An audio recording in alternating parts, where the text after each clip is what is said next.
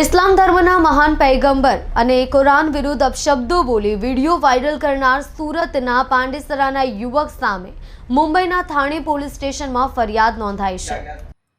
હાલ કેટલાક હલકટ માનસિકતા ધરાવતા લુખ્ખા તત્વો એકબીજાના ધર્મ પ્રતિ દ્રુણા ફેલાવતા હોવાના બનાવ સોશિયલ મીડિયામાં સામે આવતા જોવા મળે છે। શહેરના વાતાવરણ ખરાબ કરવા ધર્મ વિશે ટિપ્પણીઓ કરતા હોય છે। તેવામાં સુરતના પાંડેસરા ખાતે રહેતા યુવક સામે મુંબઈના થાણેમાં પોલીસ ફરિયાદ નોંધાવી છે। વાત એવી છે કે સુરતના પાંડેસરા ખાતે રહેતા ટીકળખોર યુવકે ઇસ્લામ ધર્મના મહાન પૈગંબર અને કુરાન વિરુદ્ધ અપશબ્દો બોલી વિડીયો વાયરલ કર્યો હતો, જેમાં ધાર્મિક લાગણી દુભાતા જાગૃત શખ્સ દ્વારા મુંબઈના થાણે ખાતે પોલીસ ફરિયાદ नोंधावी છે।